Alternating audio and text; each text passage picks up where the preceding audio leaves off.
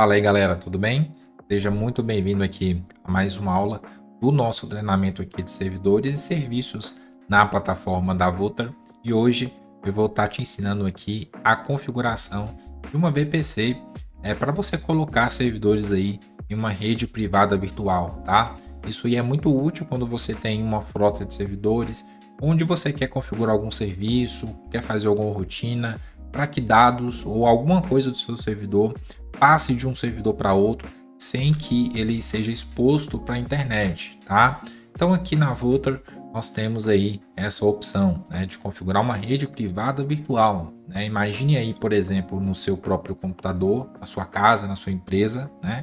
Você tem uma aplicação, tem um serviço e aí um outro computador na mesma rede vai acessar esse serviço sem que ele precise acessar a internet. Então o conceito aqui é esse, tá? Bom, eu vou fazer aqui essa aula em dois momentos, tá? Nessa primeira aula aqui, eu vou explicar o processo de configuração em servidores Linux e na próxima aula, o processo de configuração em servidores Windows. Eu já tenho aqui pronto dois servidores Linux, ok? Não tem nada instalado nesses servidores, então o foco aqui é somente fazer aqui a configuração da VPC, tá? Então, vamos pegar aqui só para ficar mais claro aqui o cenário, porque eu sei que ainda assim alguns conceitos pode ficar um pouco mais confuso, né? Imagine aqui esses dois servidores aqui, tá? Com alguns serviços, né? E aí esses dois servidores consigam enxergar um serviço um do outro, tá? Sem que a conexão passe pela internet. A ideia é essa, tá? Então vamos lá. Aqui na Voter nós temos aqui esse menu lateral. Eu vou clicar aqui em Network e clicar aqui em VPC 2.0. E aí você pode falar, Alex, por que você clicou aqui em VPC 2.0 e não em VPC Networks, né? Na prática é quase a mesma coisa, o objetivo é o mesmo, porém essa VPC aqui Network é um produto aí que é um pouco mais antigo, né? Tem algumas limitações, você não consegue ter uma certa escalabilidade com ela. Já a VPC 2.0 é bem mais interessante, tá? Foi recentemente aí lançado e aí você consegue criar uma rede aí mais escalável, criar uma topologia de rede aí um pouco mais profissional. Nesse momento aqui eu tenho uma VPC configurada, eu vou criar uma outra aqui para vocês não ficarem perdidos, tá? Bom, para eu criar aqui uma VPC, eu vou clicar aqui em Add VPC 2.0 Network. Eu preciso definir aqui, pessoal, essa VPC na localidade onde exista os meus servidores, tá? Isso não vai funcionar no cenário onde você tem servidores aí em localidades distintas um dos outros, tá? Então, por exemplo, eu tenho o meu Linux 01 e o meu Linux 02 na mesma localidade, que é Atlanta, Estados Unidos, tá? Então, para isso, eu tenho que configurar minha VPC na mesma localidade que está esses servidores, tá? Tem uma espécie de bug aqui na tela que eu defino aqui. Ele já vem configurado aqui com Atlanta, mas não aparece as demais configurações. Eu clico na segunda e clico aqui em Atlanta novamente, aí aparece aqui as opções, tá? Então aqui eu preciso configurar aqui agora o range de IPs para essa minha VPC.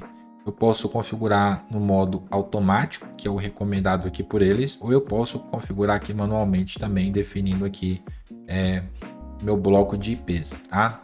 Tem até uma ferramenta aqui, ó, Subnet Calculator, para você criar aqui sua rede. Eu vou deixar aqui como automático, eu quero que ele faça sozinho, não quero perder tempo, né? E vou definir aqui um nome para essa minha VPC. Eu vou colocar como WordPress. Vamos simular aqui que eu estou criando aqui tudo focado em WordPress, tá? Poderia ser qualquer coisa, beleza? Como eu estou trabalhando com servidor Linux, ele vai automatizar bastante o processo aqui para a gente quando nós fizermos a configuração. Eu estou aqui com duas VPCs, a WordPress acabou de ser criada, e a subnet dela é esse bloco aqui de IPs, tá? Então agora eu preciso configurar os meus servidores para que eles, ou melhor, eu preciso anexar essa VPC, né, nos meus servidores. Então eu vou fazer isso no Linux 01 e no Linux 02. Eu vou abrir aqui numa nova janela o Linux 01 e o Linux 02. E na tela eu vou clicar aqui em Settings, tá? VPC 2.0 e vou habilitar, tá? Então eu preciso aqui definir aqui, olha só, a VPC. Eu clico nessa caixinha aqui e seleciono o WordPress. Atachar VPC, atachar VPC. É como se ele estivesse atachando, plugando um cabo de rede nesse servidor, tá? Vou esperar aqui um pouquinho. O processo está sendo feito. Vou fazer aqui no Linux 02, Settings, VPC. Vou atachar aqui a VPC WordPress. Atachar, atachar. Bacana. Ok. Ó, na Linux 01 ele já atachou a minha VPC 2.0 e aqui eu tenho as informações de rede dessa nova placa que foi adicionado a esse meu servidor. Eu tenho o IPv4 privado, né, que é o 10.6.112.3, a netmask, né, o endereço MAC e por aí vai. O que mais vai importar para a gente aqui é o IPv4 privado, tá? Então, Linux 01 tem esse IPv4 privado, e o Linux 02 eu tenho esse IPv4 aqui privado, né? Como eu estou trabalhando com o servidor Linux, ele já configura automaticamente a placa de rede no servidor. Antigamente nós tínhamos que configurar manualmente, né? Colocar as configurações da placa, subir a placa, para que depois disso ela reconheça e começasse a funcionar. Nesse momento, esse processo aqui em servidores Linux já é automático, tá? Esse IPv4 privado, ele não funciona para a internet. É o IPv4 que você vai conseguir utilizar localmente dentro dos servidores que vão fazer parte dessa rede, que no caso aqui é a WordPress que nós configuramos. Então eu vou acessar aqui os nossos servidores, né? Eu já tenho aqui a configuração pré-pronta do Linux 1 e o Linux 2, né? Vou abrir aqui o Linux 1. Eu vou aumentar aqui a fonte para vocês enxergarem melhor, tá? Eu tenho aqui o Linux 1.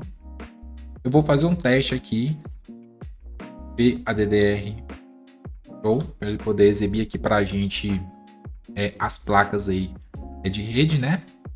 Nós temos a placa de rede que está responsável aí por fazer conexão com a internet, e nós temos aqui a terceira aqui que é a NP8S0, tá? Com o IPv4 privado já configurado aqui para a gente, né? E a 10.6.112.13. Um teste básico que eu faço é rodar aqui o comando ping do servidor 1 para o servidor 2, utilizando aqui o IPv4 privado. Tá? Então eu venho aqui no Linux 01 e dou um ping aqui, ó, para o IPv4 privado lá do servidor 2. Olha só, ele está respondendo, né? Eu poderia testar aqui a conexão SSH pelo IPv4 privado, né? Executando nc-v, bota aqui o IPv4 privado, bota a porta que eu quero, que é a 22, e olha só, conexão aqui feita com sucesso. Ah, Alex, como seria o cenário aí se não tivesse configurado corretamente? Vamos supor, eu vou fazer aqui o ping, não para o servidor aqui 02. Vamos supor que eu tenha aí o número 3, né, o servidor 3, e o IP dele termina com 1.5. Né? Se eu pingar, ele vai tentar pingar naquele servidor e não vai ter conexão, tá? Ele não consegue se comunicar com aquele servidor. E esses mesmos passos eu gosto de fazer também com o servidor 2, né? Então eu acesso aqui o servidor 2, executo aqui PADDR show, né? Só para a gente ver aqui se ele está pegando aqui o IPv4 privado. Olha só, ele está pegando, tá? 10.6.112.4. Agora eu dou um ping aqui no ponto 3, que é o Linux 01. Então vamos lá. Bota aqui o IP do IPv4 privado do 01. Começo a fazer o teste, né? Então ele tem aí comunicação, né? Agora eu dou um nc-v, boto aqui o IP do 01, bota a porta 22, que é a conexão SSH, e tenho aí comunicação. Então, vamos supor, eu já tenho comunicação interna, privada, entre esses dois servidores. E aí, por exemplo, esse servidor 01 seria esse web server aqui, esse primeiro aqui. E o servidor Linux 02 seria esse aqui de baixo. Se no primeiro eu tivesse o Nginx, o Apache, né, com o WordPress, e o segundo aqui com banco de dados, MySQL, eu já poderia configurar o WordPress para que ele se comunique com o banco de dados nesse segundo servidor, né? E aí a gente vai elaborando os nossos conceitos aí de clusters, né? Então, a partir desse momento, eu não utilizaria a conexão do WordPress no IPv4 público, né? Com o banco de dados, e sim eu pegaria aqui, ó, o IPv4 privado para que ele se comunique através da rede privada interna aí entre esses servidores, tá? Então a comunicação, os dados que vão trafegar de um aqui para o outro não vão passar pela internet, não vai ter o risco aí de serem interceptados, porque vão estar passando localmente na rede interna. Bacana? Bem interessante aqui essa funcionalidade. Bom, finalizamos aí essa primeira etapa aqui, que é a configuração em servidores Linux. Agora nós vamos aqui fazer o processo em servidores Windows. Olha aqui, pessoal, atenção, R$ 1.500 para você utilizar aqui na plataforma da Vultr.